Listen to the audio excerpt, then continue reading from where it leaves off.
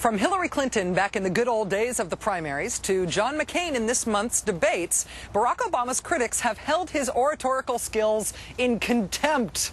That Obama, he's such a good public speaker. That's so suspicious. Is that really what you want in your president? Here was Senator Obama today here in Sarasota with more of that insidious, suspicious oratory. The men and women who served in our battlefields, some are Democrats, some are Republicans, some are independents, but they fought together and bled together, and some died together under the same proud flag.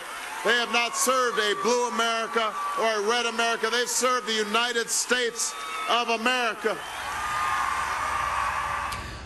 Wouldn't it be awful to have to listen to inspiring speeches like that from the president all the time?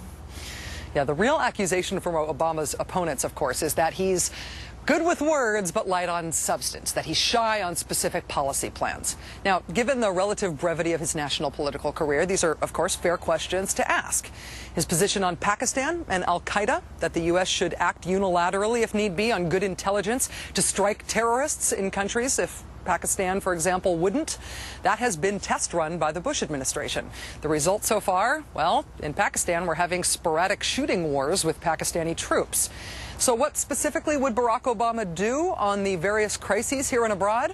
Having talked thus far about politics and the race for the presidency, we turned this afternoon's interview towards specifics and what kind of presidency he'd like to have. First, I asked him about federal agencies and about setting high expectations for how well government gets stuff done.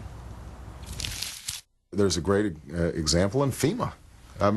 Now, they've gotten better since Katrina, but the idea that our basic emergency management functions had been under the leadership of a guy whose only expertise was, the Arabian Horses Association, that's a problem. So some of it's just getting the right people in.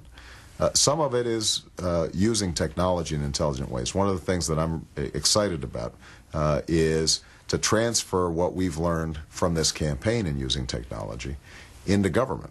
I mean, there are huge areas where we can open things up, make things more transparent. I passed a bill working with a Republican, Tom Coburn, called the Google for Government bill, where now you can go to a single site and you can pull up a searchable database of every dollar of federal spending that's out there, which means now you've got a lot greater accountability. Well, there are examples of that all throughout our government that can remove bureaucracy, eliminate red tape, make the whole process more customer-friendly.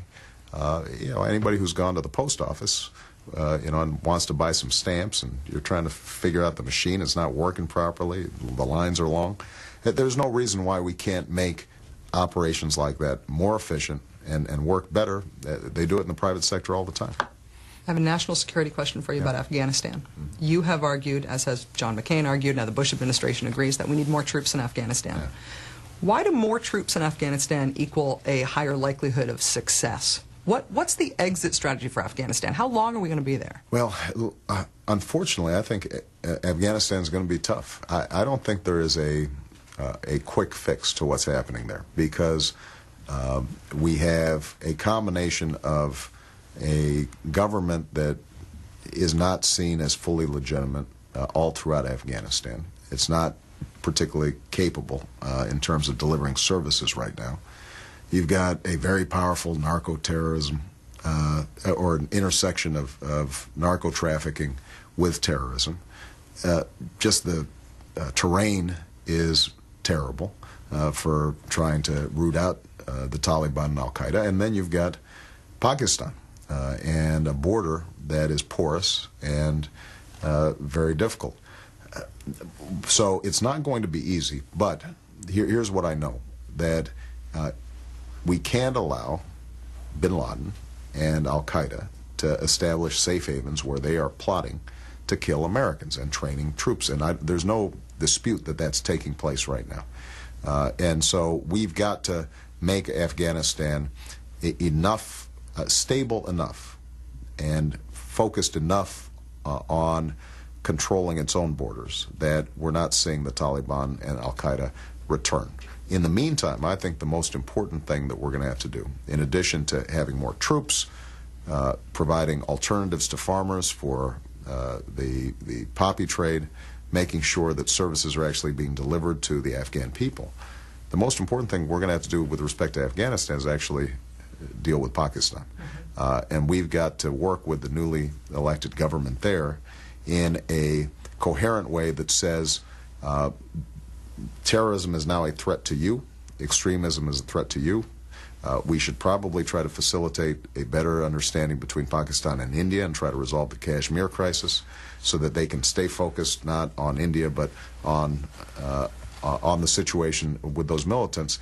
And we've got to say to the Pakistani people, we're not just going to fund a dictator in order for us to feel comfortable with who we're dealing with. We're going to respect democracy, but we do have expectations in terms of being a partner against terrorism. But you don't think that having a larger military footprint interferes with their ability to do that stuff, to work with the Pakistani government, to work with the Afghan government? Look, I mean, we're part of a coalition force that right now is undermanned. I mean, we have, up until fairly recently, had 1/4 of the troops in Afghanistan that we had in Iraq.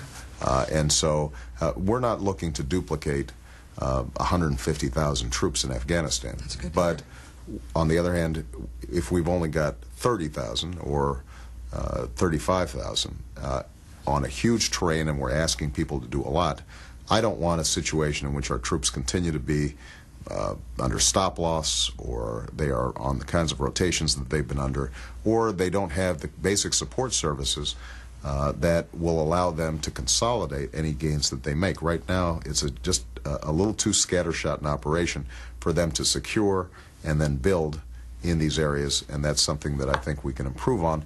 But military power alone is not sufficient. It's necessary, but not sufficient. Barack Obama speaking with me today in Sarasota, Florida.